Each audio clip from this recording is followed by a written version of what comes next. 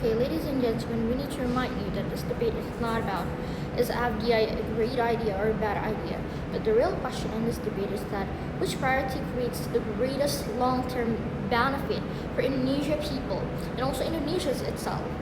And we need to clarify we didn't mean that we ban or rejecting international investor, but we mean here that we allocate more budget to SMEs or small and medium-sized enterprises, and will give limited budget for attracting FDI or foreign direct investment.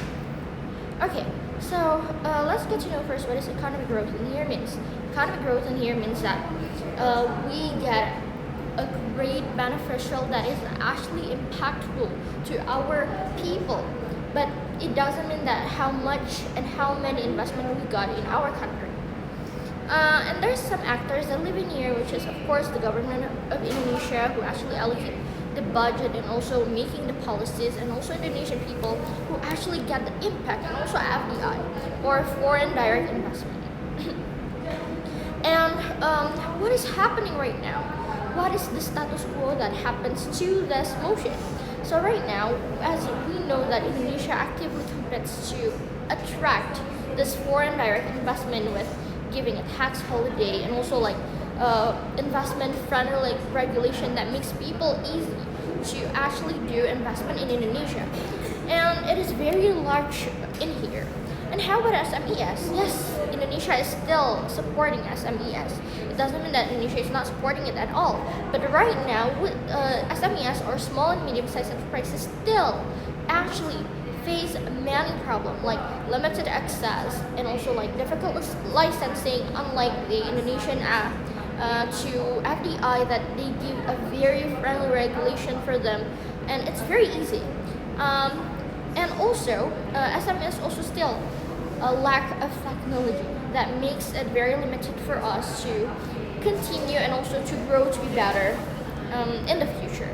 Okay, our goal here is very clear, ladies and gentlemen, that we want to strengthening Indonesia's economy, empower Indonesia's entrepreneurship, reduce dependence on foreign capital, and also build inclusive and long-term economic resilience by ourselves.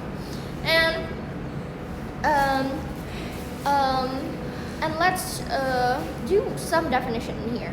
Prioritize mean in here that we allocate more budget, policy attention, tax incentives, and fully support SMEs than FDI. What does this mean, supporting SMEs in here? It means that we're giving a technology upgrade, greater infrastructure for the people, easier access to the market, financing, digitalization, education and stuff, and also making simple licensing for every people in Indonesia, for our people. Okay, that is the things of this motion. Now, let's actually move on to my argument, which is the first one is SMEs create inclusive economic growth. Why, ladies and gentlemen? Because SMEs is actually giving more opportunities broadly to every people, and it gives a circulation in one places. How? For example, if the government actually give a real support that actually helping and impactful for the people, SMEs will expand more and more, and many small and medium sized enterprises will actually become bigger and bigger. And as the small and medium sized enterprises becoming better, bigger, and expand, there will be more job opportunity for people, and it will actually help a lot of people who needs a job, who actually needs some new opportunity. And what will happen after that? It will increase the income of our places, and also it will actually increase the income of our country. And from here, our economy will be great, and it will build circulation for us, from us, and for us. And right now, ladies and gentlemen, sadly, Indonesia still spends largely amount of money and things, and also attraction to FDI or foreign direct investment rather than our small and medium-sized enterprises.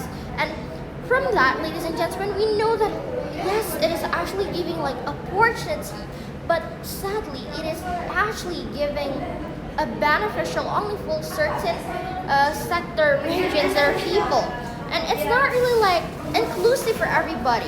So that is why it is actually not a really great idea. And if they actually put more support on SMEs, Indonesia will be more success in a business and also more economic equally things that happen in Indonesia, and there will also be circulation. Second, ladies and gentlemen, to my next argument that SMEs creates long-term economy resilience um, because ladies and gentlemen, we are actually creating a great investment towards our country. We're not depending on other countries, other foreign investment, because if we actually give more support, it would be expanded bigger, and probably our SMEs could be competitive enough into a larger company, or even in nationally or even in internationally. And if we actually supporting SMEs, creating a long-term economy resilience, we will actually have our independence in economy.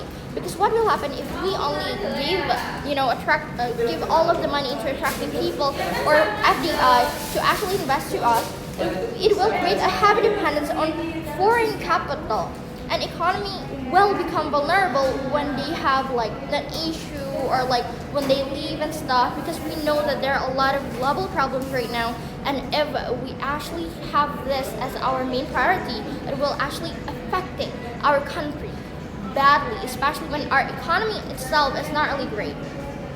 And if you actually put more support on SMEs, it will make a greater stability for global crisis. So when the global crisis happen, we actually have our own strength and independence. And second, ladies and gentlemen, long term, I know that we need more time than before, but yes, it is actually giving more long-term and also national competitiveness into our country. Proud to be government. Thank you.